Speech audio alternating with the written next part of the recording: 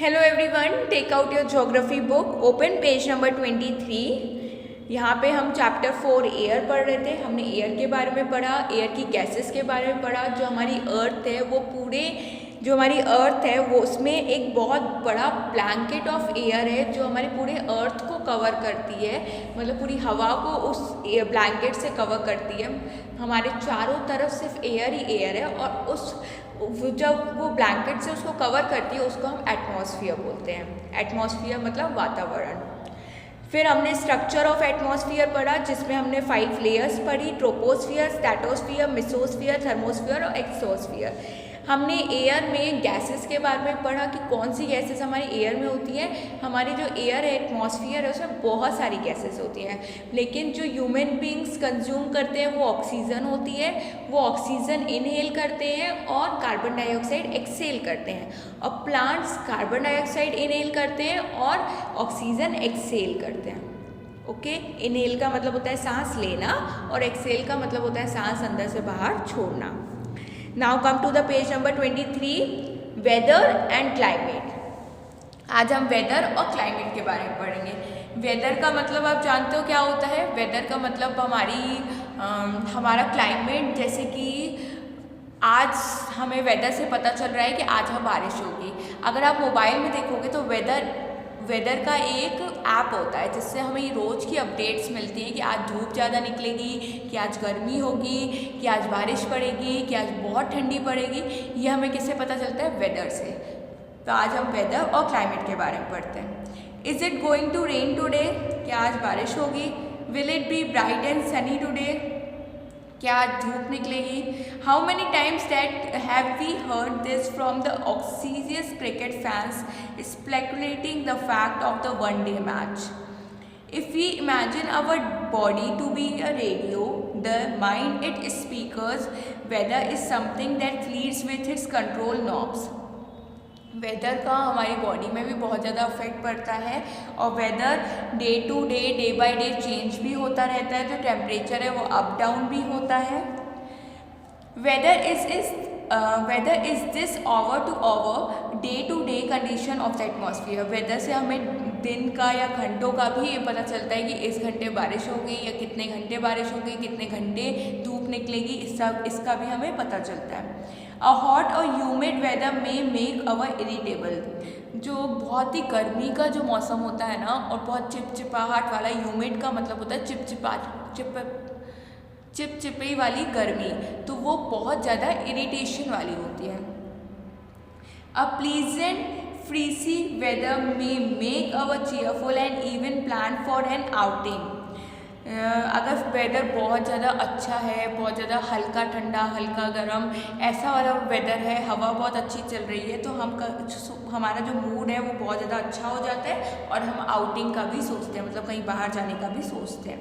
Weather can change dramatically from day to day. Weather दिन by दिन change भी होता है। However the average weather condition of the place for the longer time it represent the climate of the place. अगर कोई weather long time के लिए चल रहा है, जैसे कि अगर हमें पता है ये चीज़ कि पूरे साल में जो मई जून है उसमें सिर्फ समर डेज आते हैं, तो ये जो लॉन्ग टाइम चलता है ना उसे क्लाइमेट बोलते हैं। जैसे कि हमें पता है ठंडी पड़ने वाली है, तो नवंबर, दिसंबर, जनवरी, ये 3 महीने बहुत ज़्यादा ठंडी पड़ेगी, मतलब विंटर सीजन है, तो ये लॉन्ग टाइम को क्लाइमेट बोलते हैं। Now do you understand why we have daily weather forecast. अब आपको पता चला कि डेली वेदर फोरकास्ट क्यों होता है, मतलब जो आप ऐप में वेदर देखते हो वो वेदर डे बाय डे क्यों बताया जाता है, ताकि आपको पता चले कि वेदर आज कैसा है। अब पढ़ते हैं टेम्परेचर के बारे में। The temperature you feel every day is the temperature of the atmosphere. Temperature का मतलब होता है कि अगर आपकी जो बॉडी है, जो बॉडी का टेम्परेचर है, अगर आप बहुत ज़्यादा, आपकी बॉडी ठंडी है, अगर मैं छूँगी तो मेरी अगर बॉडी बहुत ठंडी है तो मतलब मेरे में टेम्परेचर का जो अफेक्ट है, मतलब मेरी बॉडी बहुत ठंडी पड़ गई है। अगर मेरी बॉडी बहुत ज़्यादा गर्म हो जाएगी तो ये भी टेम्परेचर का अफेक्ट है। अगर वो बहुत ज़्यादा गर्म हो जाएगी मतलब मुझे फीवर है, मैं बीमार हूँ, तो इससे बॉडी कैसे वेरी करती है वो देखते हैं। The temperature you feel every day is the temperature of the atmosphere. Atmosphere की वजह से ही हमारा बॉडी टेम्परेचर चेंज होता है। The degree of hotness and coldness of the air is called the temperature. अगर आपको शायद पता होगा जो टेम्परेचर है उसको हम लोग कैसे नापते हैं, डिग्री और सेल्सियस में। डिग्री सेल्सियस में हम टेम्परेचर को नापते हैं। तो टेम्परेचर बहुत ज़्यादा गर्म है या बहुत ज़्यादा ठंडा है, तो ये होता है टेम्परेचर। अगर एयर में बहुत ज़्यादा ठंडी है या बहुत ज़्यादा गर्मी है तो ये होता है temperature. The temperature of the atmosphere changes not only between day and night but also for season two season. जो टेम्परेचर है ज़रूरी नहीं है कि वो दिन रात बदले, सीज़न टू सीज़न भी टेम्परेचर बदलता है। जैसे कि मैंने आपको समर सीज़न और विंटर सीज़न का एग्जाम्पल दिया, वैसे ही उसी से ही हमें टेम्परेचर पता चलता है। Summer are hotter than winters. जो समर्स हैं जैसे कि मई जून, वो बहुत ज़्यादा गर्म होते हैं उससे कि विंटर से, क्योंकि विंटर में बहुत ज़्यादा ठंडी होती है। An important factor that influence the distribution of the temperature is isolation. Isolation is the incoming solar energy absorbed by the earth. बहुत ज़्यादा एक इम्पॉर्टेंट फैक्टर है टेम्परेचर का, वो है आइसोलेशन। आइसोलेशन का मतलब होता है जो सन की रेज है, आइसोलेशन का मतलब होता है सोलर एनर्जी। जो सन की रेज से आइसोलेशन होता है, मतलब कि जो सन की रेज से है उससे हमें पता चलता है कि टेम्परेचर क्या होगा, जिसको हम आइसोलेशन बोलते हैं। The amount of isolation decrease from the equator towards the pole. अगर आपने एक चीज़ पढ़ी होगी लास्ट क्लास में, क्लास 6th में, इक्वेटर के बारे में। इक्वेटर आपको पता है क्या होती है? जो हमारी अर्थ की जो मिडिल लेयर होती है ना, जो मिडिल बिल्कुल बीचों बीच जो एक लाइन होती है उसे इक्वेटर बोलते हैं। तो इक्वेटर से पोल तक अगर टेम्परेचर डिक्रीज हो रहा है तो उसे आइसोलेशन बोलते हैं। Now turn the page, open page number 24। Therefore, the temperature decreases in the same manner. ऐसे ही टेम्परेचर घटता और बढ़ता रहता है, और उसको घटने और बढ़ने को हम क्या बोलते हैं? Isolation. Now do you understand why the poles are covered with snow? अब आपको पता चला जो हमारी पोल्स है, इक्वेटर से लेके पोल्स तक, वो स्नो से कवर्ड क्यों रहती है, मतलब वो बर्फ़ से कवर्ड क्यों रहती है। आपको शायद एक चीज़ पता होगा, जो इक्वेटर होती है उसको मिडिल लाइन होती है, बिल्कुल जो हमारी धरती है, अर्थ है, अगर आप अर्थ को कभी देखोगे तो उसकी जो बीचों बीच लाइन होती है उसे इक्वेटर बोलते हैं। पोल्स जो होता है वो नॉर्थ की तरफ पड़ता है, नॉर्थ और साउथ की तरफ, दोनों की तरफ पोल्स होते हैं। आपको शायद पता होगा कि कुछ जो एरियाज़ होते हैं जैसे नॉर्थ पोल हो गया, साउथ पोल हो गया, उसमें बहुत ज़्यादा ठंडी पड़ती है। बहुत ज़्यादा ठंडी पड़ती है क्यों? क्योंकि उसमें बहुत ज़्यादा क्वांटिटी में बर्फ़ गिरती है, जिसकी वजह से वो बहुत ज़्यादा ठंडा होता है। If the earth temperature rises to high, अगर अर्थ का टेम्परेचर बहुत ज़्यादा बढ़ गया मतलब अगर वो बढ़ता है तो क्या होता है? गर्मी पड़ती है बहुत। तो अगर बढ़ गया मतलब बहुत ज़्यादा गर्मी पड़ी तो it would become too warm for some crops to go, वो बहुत ज़्यादा गर्म हो जाएगा, जिसकी वजह से जो क्रॉप्स हैं उनको ग्रो होने में बहुत ज़्यादा प्रॉब्लम होगी। आपको शायद ये पता होगा, जो फसल होती है ना, जो क्रॉप्स होते हैं, उसमें भी बहुत बड़ा अफेक्ट डालती है क्या? टेम्परेचर। जो क्लाइमेट चेंजेस होते हैं ना, वो क्रॉप्स में बहुत बड़ा इन्फ्लुएंस देती है।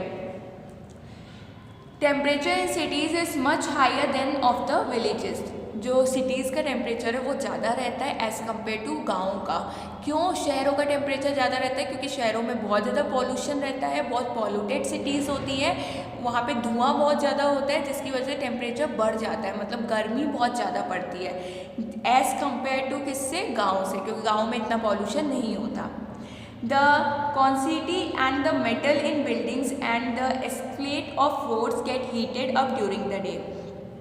पॉल्यूशन की वजह से, दिन के समय पॉल्यूशन की वजह से और सूरज की वजह से हमारी जो अर्थ है, जो हमारी पृथ्वी है, वो बहुत ज़्यादा गर्म हो जाती है दिन के समय। This heat is release during the night, लेकिन ये जो गर्मी है वो रात के समय कम हो जाती है। क्यों? क्योंकि रात के समय धूप नहीं होती, जिसकी वजह से ठंडक हो जाती है। Also, the crowded high-rise buildings of the cities trap the warm area and thus rises the temperature of the cities. जो हाई राइजेस बिल्डिंग होती है ना सिटी की, वो trap the warm air and then rises the temperature of the city. आपको एक चीज़ मैंने आपको बताई थी, आप जितना आसमान में ऊंचा जाओगे तो वहाँ पे एयर कम होती जाएगी। क्यों? क्योंकि वहाँ पे जो एटमॉस्फेयर है वो बहुत ज़्यादा लाइटर है। अगर आप ऊपर जाते जाओगे तो एयर वहाँ पे कम होती जाएगी, जिसकी वजह से जो टेम्परेचर है वो घटता चला जाएगा। आपको शायद पता होगा जो अर्थ है, earth is the only planet where human beings exist, जहाँ पे ह्यूमन बींग्स सर्वाइव कर सकते हैं, और किसी प्लैनेट में ह्यूमन बींग्स नहीं रह सकते। क्यों? क्योंकि और किसी प्लैनेट में एयर नहीं होती। तो आप जैसे ऊपर जाते जाओगे हाई बिल्कुल एयर कम होती जाएगी। अब पढ़ते हैं एयर प्रेशर के बारे में। इसमें आपको पता चलेगा कि मैंने ऐसे क्यों बोला कि सबसे हाई अगर आप जाओगे तो एयर कम होती जाएगी। ये होता है air pressure. You will be surprise to know that the air above you presses us with a great force on our bodies. जो एयर प्रेशर है वो हमारी बॉडी में बहुत ज़्यादा फोर्स डालती है। कैसे?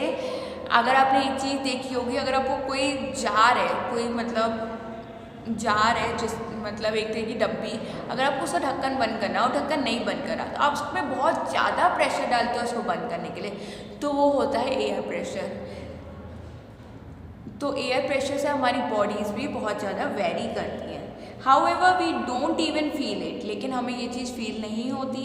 This is because the air pressure us from all the direction and our body exerts a counter pressure। जो हमारे एयर प्रेशर होता है ना वो सब दिशाओं से आता है, सब डायरेक्शन से आता है, जिसकी वजह से हमारी बॉडी को नहीं पता चलता कि हमारी एयर कब हमें प्रेशराइज कर रही है, कब हमें दबा रही है। Air pressure is defined as the pressure exerted by the weight of the air on the earth's surface। जो हमारा एटमॉस्फेयर में एयर है ना वो बहुत ज़्यादा लाइटर है, बहुत हल्की है। क्यों? क्योंकि जो हेवियर गैस होती है ना वो नीचे नीचे रहती है और जो लाइटर होती है वो ऊपर चली जाती है। As we go up the layer of an atmosphere, the pressure falls rapidly। जैसे ही जो एटमॉस्फेयर की लेयर है वो धीरे धीरे गिरती जाती है। जैसे ही आप हाई चले जाते रहोगे आसमान में, वो धीरे धीरे उसका जो प्रेशर है वो नीचे की तरफ गिरता जाएगा। The air pressure is highest at sea level and decrease with height. जो एयर प्रेशर है वो सी लेवल जो होता है, जहाँ पे समुद्र होता है, वहाँ पे बहुत ज़्यादा होता है। अगर आपने एक चीज़ देखी होगी, जब आप पानी के अंदर जाओगे तो पानी के अंदर आप डूबते ही चले जाते हो अगर आप अपनी बॉडी को बैलेंस नहीं करोगे, तो ये होता है एयर प्रेशर। लेकिन अगर आप आसमान में उड़ोगे तो आप उड़ते ही चले जाओगे, क्योंकि वहाँ पे जो एयर होती है वो बहुत लाइटर होती है, जिसकी वजह से एयर प्रेशर बॉडी में नहीं पड़ता। Horizontally the distribution of air pressure is influenced by temperature of air at the given place. In areas where temperature is high, the air get heated and rise। जहाँ पे temperature बहुत ज़्यादा रहता है वहाँ पे एयर भी बहुत ज़्यादा गर्म होती है, हवा भी बहुत गर्म चलती है। This creates a low pressure area, और उससे लो प्रेशर एरिया होता है। Low pressure is associated with cloudy skies and wet air. अब मैं आपको हाई प्रेशर और लो प्रेशर बताती हूँ। सपोज करो कि बहुत ज़्यादा हाई प्रेशर है किसी भी चीज़ का, अगर हवा चलेगी तो हवा बहुत ज़्यादा भारी होगी, तो वो धीरे धीरे निकल कर लोअर प्लेस में जाएगी जहाँ पे हवा बहुत ज़्यादा कम चलती है। समझ रहे हो मेरी बात? जैसे ही हवा चली, वो हवा बहुत हाई है, मतलब बहुत ज़्यादा भारी है, तो वो उन जगहों पे जाने की कोशिश करेगी जहाँ पे हवा बहुत हल्की है, मतलब जहाँ पे हवा चल ही नहीं रही हो। तो ऐसे जो विंड है ना वो फ्लोट करती है। ये हम विंड वाले टॉपिक में भी अच्छे से पढ़ेंगे। Low pressure is associated with cloudy skies and wet weather. Low pressure कहाँ पे होता है? जहाँ पे बहुत सारे क्लाउड्स होते हैं और जहाँ पे बिल्कुल भी गर्मी नहीं होती, और जो मौसम है वो भी बहुत गीला गीला रहता है, जैसे बारिश का season. In areas having lower temperature the air is cold. जहाँ पे टेम्परेचर बहुत ज़्यादा कम होता है वहाँ पे जो हवा है वो बहुत ज़्यादा ठंडी चलती है, और जहाँ पे बहुत ज़्यादा गर्मी होगी तो हवा भी गर्म चलेगी। ये चीज़ आपको पता ही होगी। टेम्परेचर कैसे पता चलता है? जैसे कि अगर बहुत ज़्यादा गर्मी पड़ रही है तो 30 डिग्री 40 डिग्री ऐसे टेम्परेचर्स होते हैं, लेकिन अगर बहुत ज़्यादा ठंडी पड़ रही है तो 5 degree Celsius, 2 degree Celsius, 1 degree Celsius ऐसे टेम्परेचर होता है। तो अगर टेम्परेचर कम है तो हवा भी ठंडी होगी। It is therefore heavy and heavy air seals and creates a high pressure area, जिसकी वजह से ये बहुत ज़्यादा हेवीनेस हो जाती है और इससे हमें हाई प्रेशर एरिया उसको बोलते हैं। High pressure associate with clear and sunny skies. जो हाई प्रेशर होता है वो क्लियर होता है किसी वजह से, सनी स्काइज की वजह से। The air always move from high pressure area to low pressure. अभी मैंने आपको बताया था जो एयर है वो हाई प्रेशर से लो प्रेशर में जाती है, कि जो जहाँ से हवा चलना शुरू होगी वो वहाँ पे जाने की कोशिश करेगी जहाँ पे बिल्कुल भी हवा नहीं होगी। तो वो हाई से कहाँ पे जा रही है, लो की तरफ। ओके, तो ये था वेदर और क्लाइमेट के बारे में। Thank you.